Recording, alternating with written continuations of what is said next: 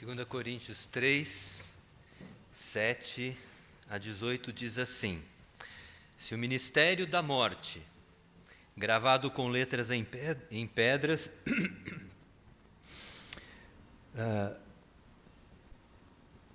se revestiu de glória, a ponto de os filhos de Israel não poderem fitar a face de Moisés por causa da glória do seu rosto, ainda que desvanecente, como não será de maior glória o ministério do Espírito?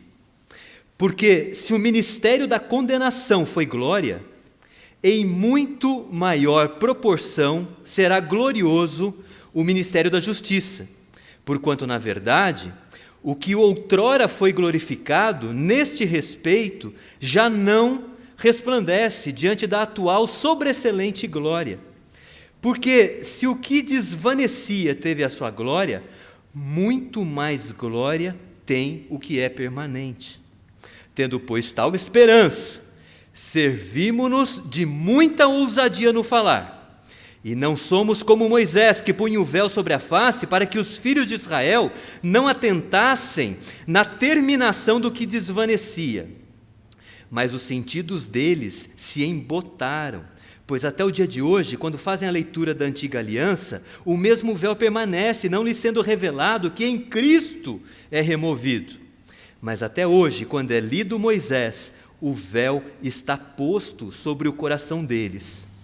Ora, quando algum deles se converte ao Senhor, o véu lhe é retirado.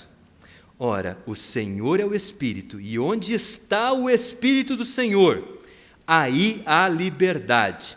E todos nós, com o rosto desvendado, contemplando como por espelho a glória do Senhor, somos transformados de glória em glória na sua própria imagem, como pelo Senhor, o Espírito.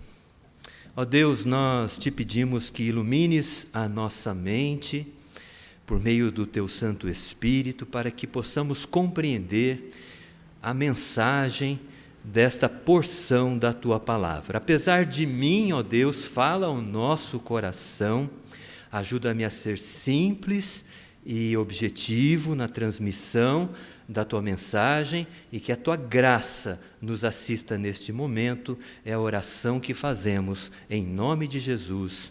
Amém. Nós já vimos em outros momentos em que meditamos sobre a segunda carta de Paulo aos Coríntios, que a autoridade do apóstolo Paulo, o seu chamado, foram questionados por aqueles que achavam que Paulo deveria pregar Jesus Cristo, mas também pregar a obediência à lei de Moisés. Na verdade, Paulo falava da lei de Moisés, falava dos 10 mandamentos, mas não como meio de salvação.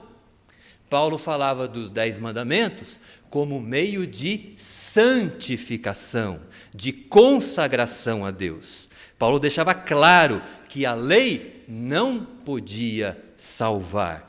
Então, os críticos de Paulo diziam: Paulo, você não fala sobre a lei como meio de salvação, você não fala sobre a prática da circuncisão, esse rito na iniciação religiosa, o corte daquela pele que cobre a glande do órgão genital masculino, não é? Era a maneira em que se introduzia o iniciante na religião judaica. Você não fala da circuncisão, você não fala da observação acerca das festas religiosas, o Pentecoste, a Páscoa, a festa dos tabernáculos. Você não fala das regras dietárias, regras de alimentação que precisam ser observadas. Estes que criticavam Paulo, segundo os intérpretes do Novo Testamento, eles são chamados de judaizantes, aqueles que queriam levar o judaísmo para dentro do cristianismo. Obviamente, Paulo se opôs a este ensino, porque ele pregava a suficiência da fé em Jesus Cristo para a salvação.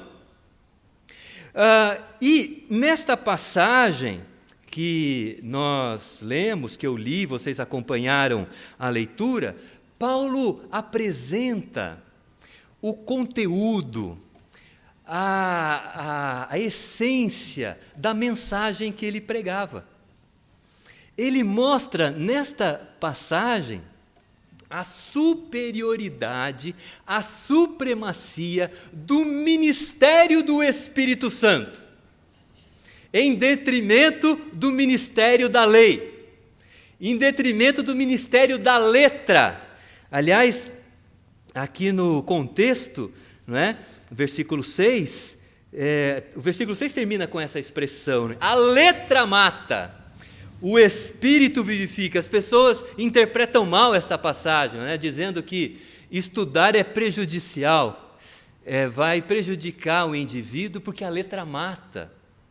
Então não devemos estudar muito, não devemos estudar teologia, porque a letra mata, mas o Espírito vivifica. Não, a letra aqui, no contexto, é sinônimo do ministério da lei.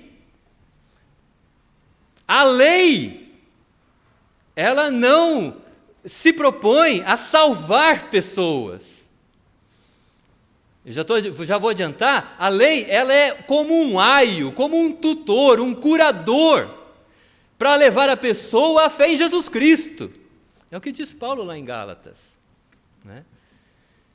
Então, a letra mata, é o ministério da lei que foi recebido por meio de tábuas.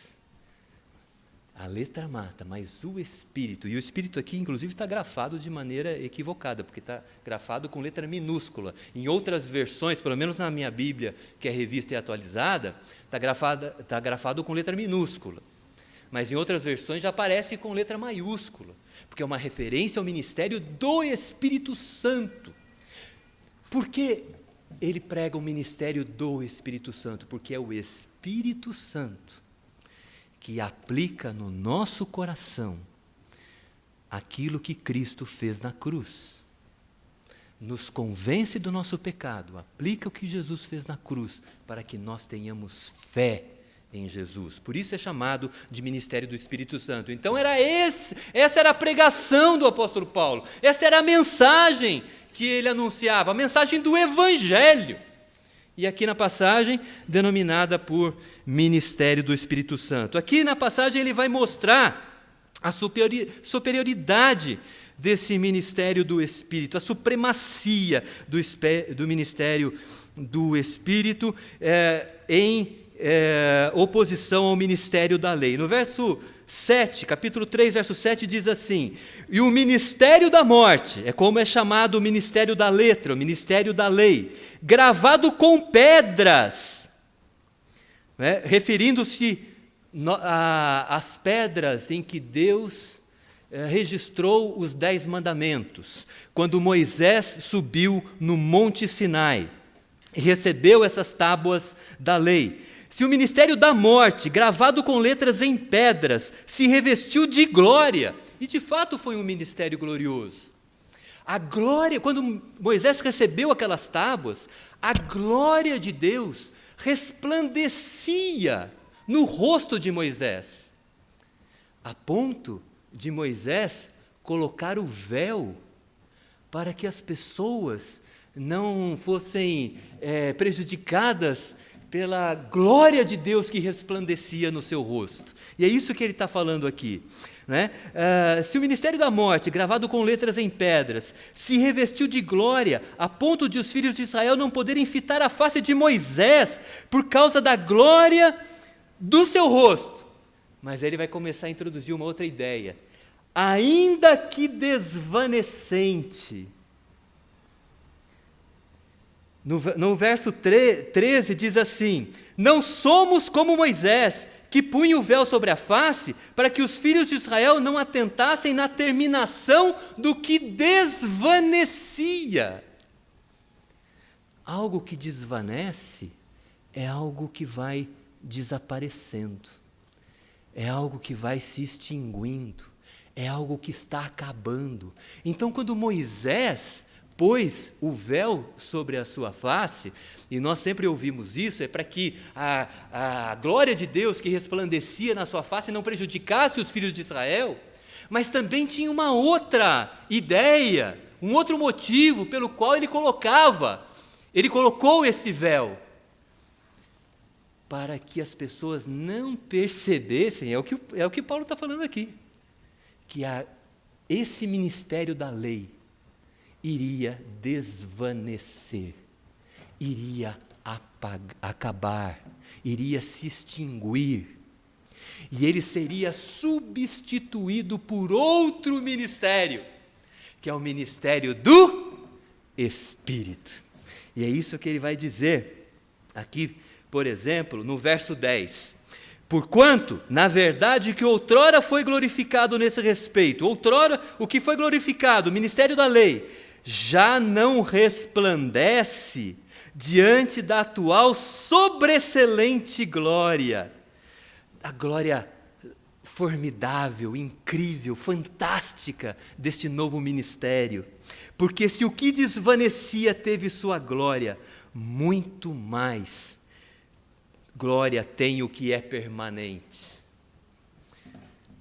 Recapitulando, o ministério da lei, ele surgiu, ele tinha um propósito, Deus tinha um propósito por meio dele, conduzir as pessoas a Cristo como um aio, as pessoas reconhecerem, olhando para a lei, que elas não tinham condição de obedecê-la. Quem pode afirmar aqui em sã consciência que consegue obedecer os 10 mandamentos integralmente? E a Bíblia fala, se nós quebramos um ponto da lei, nós quebramos a lei toda. Aquele ministério, ele surgiu, mas o propósito dele era o de se apagar, para que surgisse o ministério mais glorioso, o ministério que não é desvanecente, o ministério que é permanente, que é o ministério do Espírito. É isso que ele diz lá no verso 8, como não será de maior glória o ministério do Espírito Santo? Então ele faz essa apresentação inicial daquilo que ele pregava, o ministério do Espírito Santo, contrapondo esse ministério ao ministério da lei. O ministério do Espírito é permanente, veio para ficar.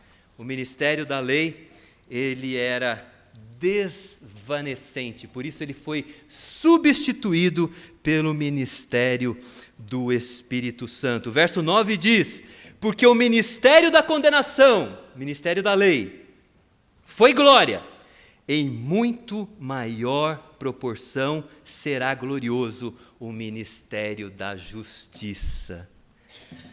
O ministério do Espírito Santo é o ministério da justiça, sabe por quê?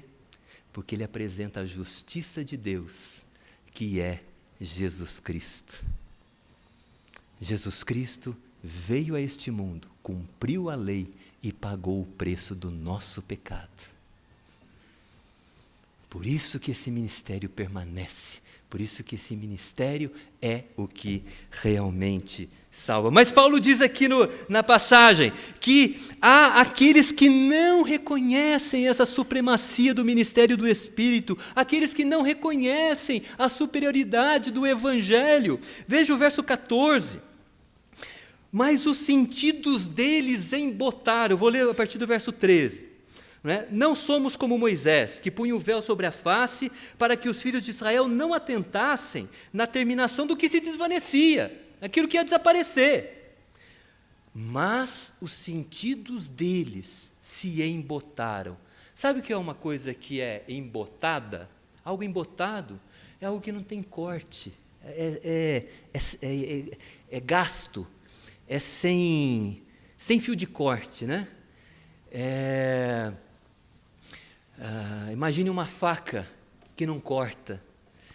Eu gosto de assistir um programa, não sei se alguém já viu, agora me fugiu o título, Desafios sobre Fogo.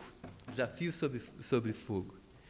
O desafio sob fogo é uma forja, o ambiente lá de gravação é uma forja, os candidatos, eles dão material para ele, as ferramentas de uma forja, e eles têm que confeccionar uma faca. E depois, essa faca será testada em relação à resistência e em relação ao corte. E eu gosto dessa parte, né? Porque eles ficam lá horas fazendo a faca, né? E o programa vai mostrando as partes principais, e depois, quando chega na hora de testar, tem faca que eles colocam assim um pedaço de carne bem grande pendurado, e aí passa a faca que tem corte, ela corta aquela carne bem, aquele saco de farinha, corta, a farinha escorre, mas a faca que não tem corte, que é embotada, quem faz o teste passa na carne e não é uma decepção, porque não corta, né? Passa no saco de farinha e não acontece nada, né? Então, os sentidos deles se embotaram, são como faca sem corte, um instrumento cortante que não corta. Por que os sentidos deles se embotaram, dos israelitas? Pois até o dia de hoje, eles fazem a leitura da antiga aliança, mas o véu permanece, não lhe sendo revelado que em Cristo é removido. Olha que interessante a argumentação de Paulo. Eles leem as Escrituras, mas não entendem que elas se cumprem em Jesus Cristo. Os sentidos deles estão embotados, são como faca sem corte. Até o dia de hoje, verso 15, quando é lido Moisés, quando fala o texto aqui que é lido Moisés, é o Pentateuco, né? São os 5 primeiros livros das Escrituras que foram escritos por Moisés. Eles leem o livro de Moisés, os livros de Moisés, o Pentateuco, né? Mas o véu está posto sobre o coração deles. Olha, como Paulo, acreditem em mim, é um pregador muito inteligente.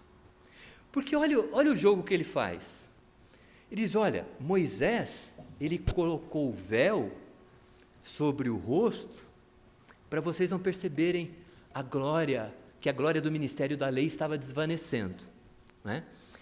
E agora, este véu que estava sobre o rosto de Moisés, está sobre o coração de vocês, impedindo que vocês compreendam essa realidade de que a lei se cumpre em Cristo. Paulo, escrevendo aos Romanos, diz assim, porque o fim da lei é Cristo, para a justiça de todo o que crê. Eles não compreendiam. Por isso o verso 16 diz assim, quando algum deles se converte ao Senhor, o véu é retirado.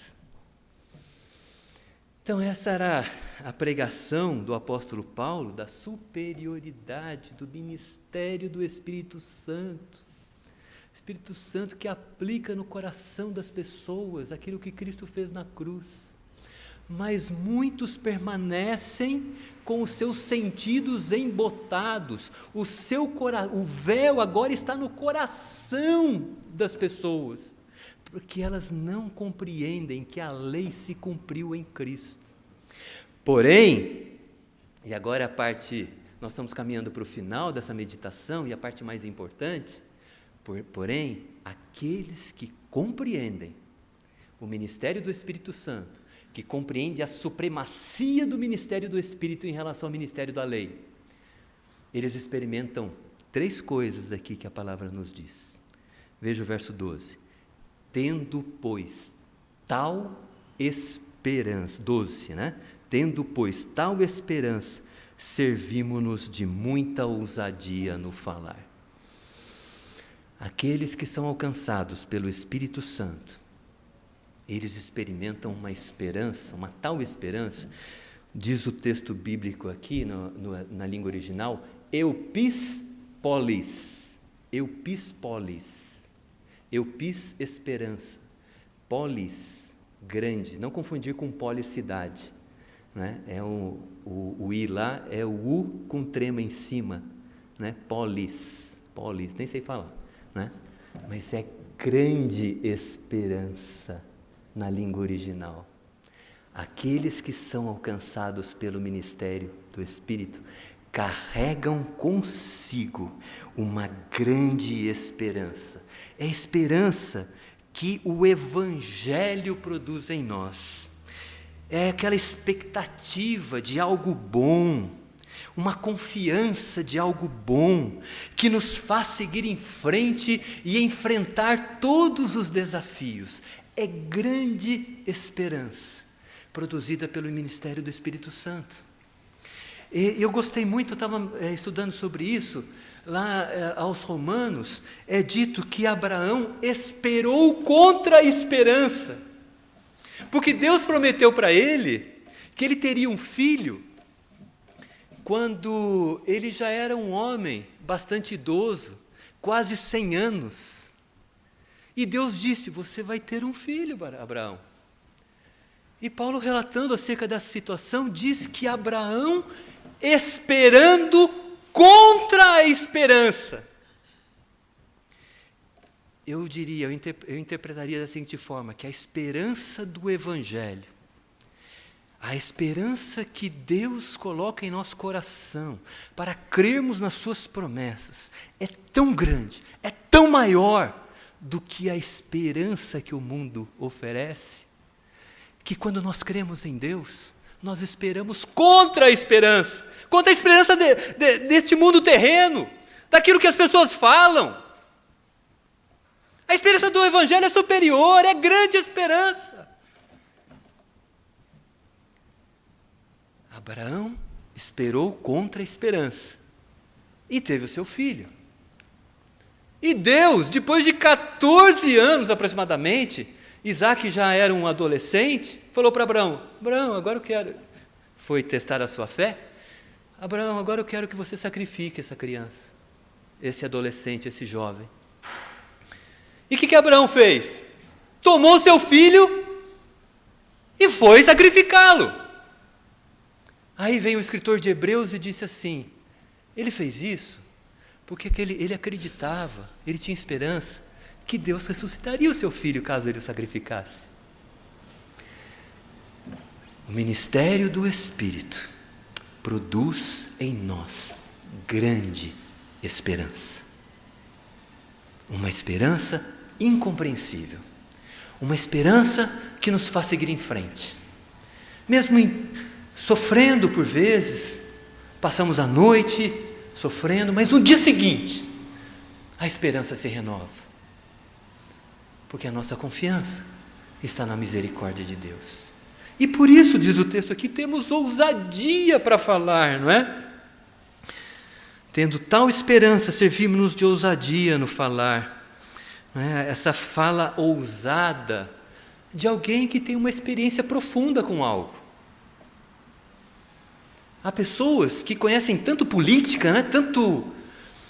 tanto futebol, quando elas falam desses assuntos, elas falam com uma profundidade que a gente fica até impressionado. Mas Paulo fala aqui dessa ousadia no falar da esperança do Evangelho, porque é algo que atingiu profundamente a vida da pessoa. E quando eu pensei nisso, eu lembrei daquela passagem de Pedro e João, com intrepidez, com ousadia no falar. Eles davam testemunho de Jesus Cristo perante o Sinédrio. O Sinédrio ele era formado pelas autoridades de Jerusalém, os anciãos, aqueles homens experientes, os sacerdotes, os escribas de Jerusalém, as maiores autoridades. E estavam lá Pedro e João, iletrados e incultos, dando testemunho da esperança. Às vezes nós não precisamos nem falar. Mas quando essa esperança é viva em nosso coração, por onde nós passamos, as pessoas percebem algo diferente existe nessa pessoa. E a diferença é justamente essa grande esperança que nós carregamos conosco, nas promessas de Deus, na palavra de Deus. Aqueles que são alcançados pelo ministério do Espírito experimentam a liberdade, diz o versículo 17. Ora, o Senhor é o Espírito, e onde está o Espírito do Senhor? Aí há liberdade. Que liberdade que é essa? Alguns interpretam erroneamente essa liberdade. Acham que essa liberdade do Espírito é autorização para fazerem o que quiserem no culto. Então, às vezes a gente ouve falar de cultos em que parece que só falta a pessoa daquele salto duplo twist carpado, sabe? Da Daiane dos Santos, campeã olímpica no Brasil, pelo Brasil. Fazem de tudo no culto. É dança, é repetição de palavras, é a confusão de vozes, supostas línguas, né, que se falam. Então, é uma coisa assim que confusa, não é uma histeria, uma liberação de emoções, catarse.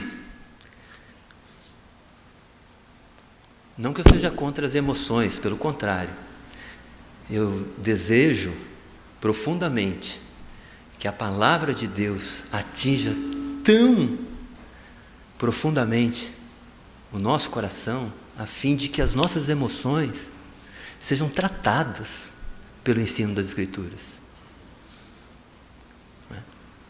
Mas essa histeria provocada externamente, né, pelos homens, isso não é liberdade, isso não é a proposta de liberdade de culto. Não é? É interessante, né? Há cultos em que os pastores, reverendo, usam o talit, aquele chale de franjas, não é, que os árabes usam, os judeus, né, é judeu isso daí, é bonito por sinal aquele chale, né, o talit, usa o quipá, o pastor usa o quipá, né, aquele chapeuzinho para colocar na nuca. O culto antes de iniciar, ou quando vai iniciar, toca-se o shofar, que é esse instrumento de chifre de animal, né, igual a trombeta, né? Aí o pastor entra, começa o culto. Como se esses elementos fossem elementos que consagrassem, tornassem o culto mais consagrado. Isso existe, viu? Dentro da igreja presbiteriana eu sei que existe. Incrível, mas existe. E pessoas que são muito ligadas ao judaísmo. E Paulo diz, o ministério da lei já passou. Hoje o que prevalece é o ministério do Espírito. Por isso a liberdade que o texto fala, guardem isso, é a liberdade de olhar para o Antigo Testamento e entender que ele se cumpre em Cristo. Essa é a liberdade. A liberdade de servir a Deus com gratidão, por meio de um culto simples, culto como nós fazemos, baseado em leituras bíblicas, orações, cânticos e pregação. Nosso culto não é sensorial, para impressionar, não é para mexer com os sentidos. Ele é movido pela gratidão a Deus, por ter nos concedido Jesus Cristo. Nós podemos realizar em qualquer lugar. Esse local aqui é um local extremamente aprazível, confortável. Mas Jesus, respondendo à pergunta da mulher samaritana, onde devemos cultuar, em Samaria ou em Jerusalém? Fala, tanto faz. Porque o culto verdadeiro tem que ser feito em espírito e em verdade. Simplicidade da liberdade. Nossos sacramentos são simples. A circuncisão foi substituída pelo batismo, a Páscoa pela ceia. Nós temos essa liberdade de não seguir uma religião legalista, baseada em regrinhas. Mesmo porque essas regrinhas não têm força nenhuma contra a sensualidade, contra o pecado, é o que Paulo diz lá em Colossenses capítulo 2. Tudo isso essa liberdade que nós temos, essa liberdade de seguir a palavra de Deus e não a palavra de homens. Que bênção! Tudo que eu estou falando para vocês aqui, vocês podem, se eu estiver falando contra as Escrituras, por favor, desconsiderem. E é por isso que o apóstolo Paulo elogiou uma igreja que ele visitou, uma igreja próxima de Tessalônica, a igreja de Bereia. Ele pregou ali. E diz o texto lá em Atos que os bereanos, eles, após a pregação de Paulo, examinaram as Escrituras para verem se realmente as Escrituras afirmavam o que Paulo dizia. E Paulo elogia essa igreja. Porque a nossa fé, o Evangelho, é baseado na liberdade. Liberdade de entender que as Escrituras se cumprem em Jesus Cristo. E nós somos libertos de regrinhas. Louvado seja o Senhor por isso. Para finalizar, o texto diz que o ministério do Espírito, ele produz em nós transformação. Todos nós, com o rosto desvendado, contemplando como por espelho a glória do Senhor, somos transformados de glória em glória, na sua própria imagem, como pelo Senhor o Espírito. Olha, agora, em Cristo Jesus, véu foi retirado. Véu foi retirado do rosto, véu foi retirado do coração, e agora nós podemos contemplar, como por espelho, a glória de Deus.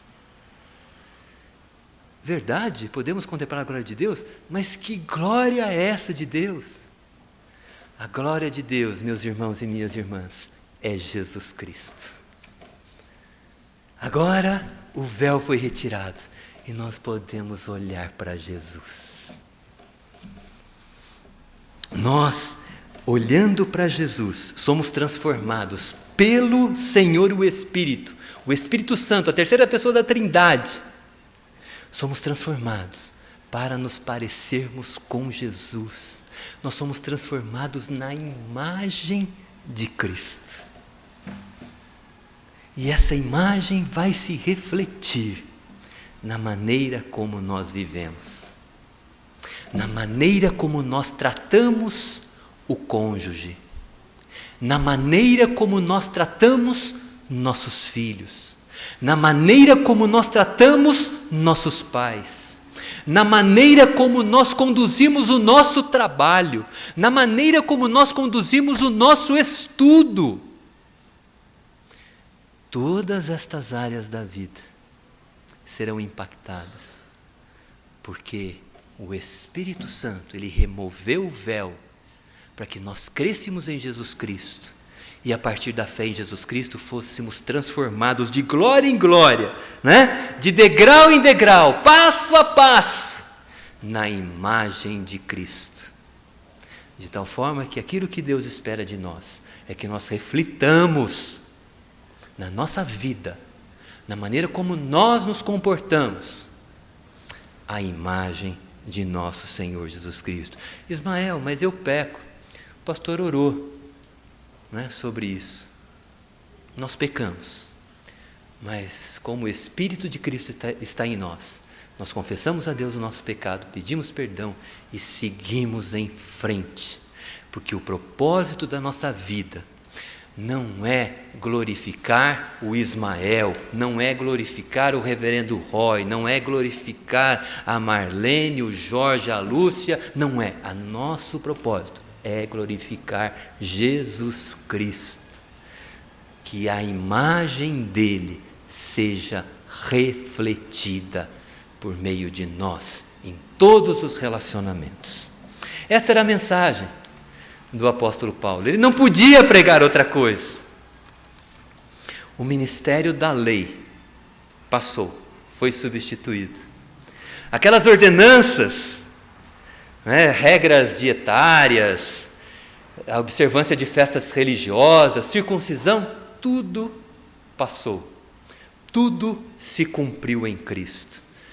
Deus disse a Abraão: de ti virá aquele, da sua descendência, que abençoará todas as famílias da terra. Deus cumpriu isso, porque enviou Jesus Cristo. Deus falou ao rei Davi: eu estabelecerei um trono duradouro, o seu descendente reinará para sempre. Deus cumpriu esta promessa, descendente de Davi, Jesus Cristo.